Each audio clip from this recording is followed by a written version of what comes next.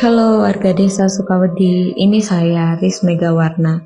Sudah lama sekali sepertinya saya tidak bercerita lagi, sejak cerita terakhir yang berjudul Septian dimuat di sini. Kali ini saya akan bercerita mengenai pengalaman yang terjadi pada ayah saya sejak beliau terkena stroke. Tahun 2015, pertengahan bulan Januari, beliau masih sempat berfoto bersama saya, juga keluarga inti. Saat itu momen wisuda saya. Kami berfoto dengan wajah ceria. Tak lama setelah itu, 3 minggu setelahnya, saat saya telah memutuskan untuk bekerja karena telah mendapatkan pekerjaan di sana sejak sebelum wisuda, tiba-tiba saya mendengar ayah saya terserang stroke.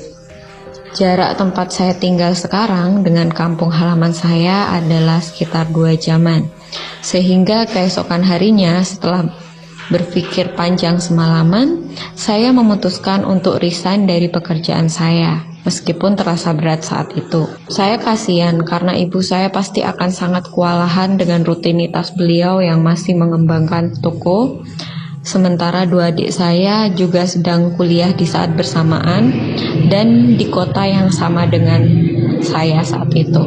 Tidak kebayang bagaimana repotnya beliau ketika mengurus ayah yang sedang sakit. Dan pengalaman ini dimulai ketika ayah saya lebih memilih untuk berbaring saja di kamarnya tanpa ada keinginan untuk melatih kaki atau berjalan-jalan kecil di sekitaran rumah.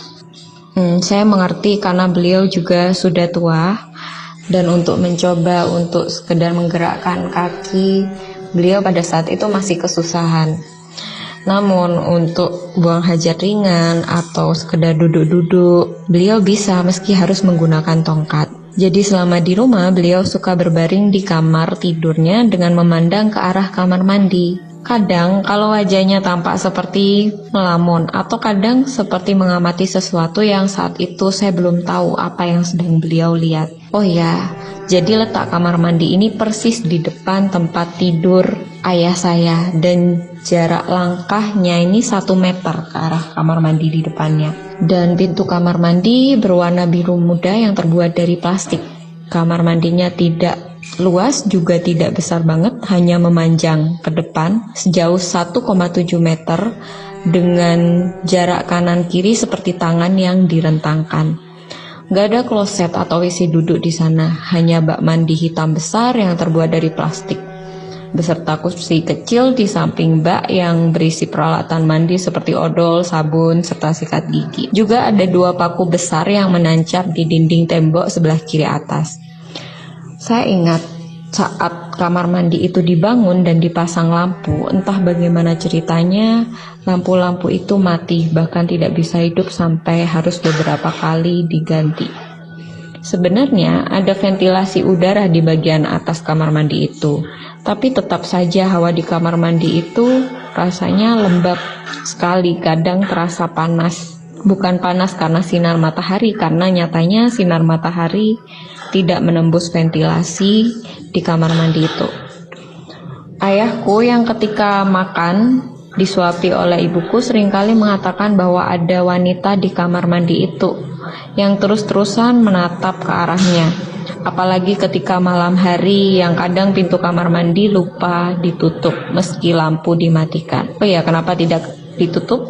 Karena terkadang ayahku pergi ke kamar mandi itu untuk menuntaskan hajat ringannya dan beliau tak sanggup menutup pintu. Sementara ini beliau jika kemana-mana, tangan satunya membawa tongkat dan satunya merabai tembok sekedar untuk menjaga keseimbangan tubuh yang kaku karena stroke yang beliau alami.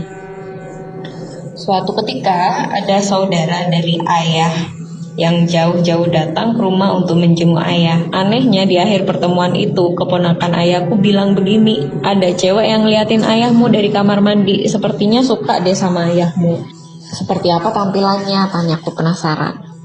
Lalu dijawab, rambutnya panjang, maaf bagian dadanya menggantung panjang ke bawah katanya. Daiku mengerut, apa wewe gombel yang dimaksud? Saat itu aku masih tak melihat sosoknya tiap kali aku pergi ke kamar mandi atau ke kamar ayah. Hingga kemudian saat liburan kuliah, adik-adik saya pulang ke rumah Nah, adikku ini ada keperluan bersama teman-temannya. Jadi adikku mencoba untuk mandi di kamar mandi itu karena terburu-buru pergi. Sementara kamar mandi satunya yang berada di dekat dapur sedang dipakai oleh ibuku. Lalu si adikku ini bilang ketika ayah selesai mandi, "Bu, kenapa hawa di kamar mandi kok bisa beda-beda sih? Masa dari 1,5 meter gitu ada satu bagian yang kerasa anget-anget lembab, gimana gitu? Kok aneh sih, satu ruangan padahal tapi beda suhu gitu." Lalu ibu yang telah selesai mandi menjawab, "Udah sering kayak gitu tuh, makanya ibu lebih milih mandi di toilet deket dapur," katanya. Adikku pun gak terlalu ambil pusing lagi. Malamnya, sekitar hampir jam 1 malam, ibu yang sudah tertidur pulas mencoba mengganti posisi tidur dan melihat ayah yang memandang ke arah kamar mandi. Dan pandangannya itu aneh, seperti tak berkedip, seolah-olah melihat sesuatu di kamar mandi. Ibuku heran dan bertanya, "Mas, kenapa kok belum tidur?" Ayahku menunjuk ke arah kamar mandi yang ada di depannya itu dengan keadaan pintu yang tidak tertutup dan bilang, "Itu ada cewek ngeliatin aku terus, aku gak bisa tidur karena cewek itu ngeliatin aku, matanya ngawasin terus." Ibuku pun dengan ketakutan dan dengan segera beliau menutup pintu kamar mandi dan mengajak ayahku segera tidur. Gak lama setelah itu, mungkin sekitar beberapa hari kemudian, saat ayahku tiba-tiba ingin bersantai duduk-duduk di teras rumah yang sebelumnya telah dipapa oleh ibu, kemudian ibu kembali ke dalam rumah untuk mandi dan beliau segera membuka toko sembako miliknya. Saat itu masih pukul 3:30 sore. Saya dan adik-adik biasanya akan bangun tidur siang di jam 4 sore. Setelah mandi dan berpakaian, beliau keluar dari toilet yang ada di dekat dapur. Saat melangkah ke arah kiri, yang mana itu ruangan tengah, beliau melihat wanita yang membuka lemari di ruang tengah itu. Ibuku saat itu berpikir kalau cewek itu aku, dan dia sempat bilang, "Riz, bukain tokonya Gi, bentar lagi ibu pakai kerudung lalu jaga toko." Yang aneh, wanita itu tadi langsung lari ke arah kamar ayah lalu menuju kamar mandi, kata ibu. Karena heran, ibu menyusul ke kamar mandi yang ada di kamar ayah itu dan melihat isi kamar mandi yang gak ada siapa-siapa.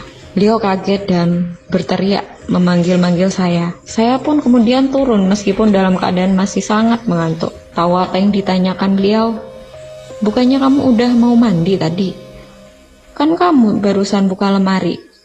Jelas saya bingung saat itu. Saya jawab, "Lah, ini baru bangun malah." Aku juga heran kenapa tadi ibu manggil-manggil. Dan kulihat mimik wajah ibuku yang bercampur ekspresi heran, takut, dan bingung. Saya Riz Megawarna, maaf jika ada kesalahan kata dalam bercerita, dan terima kasih sudah mendengarkan kisah ini.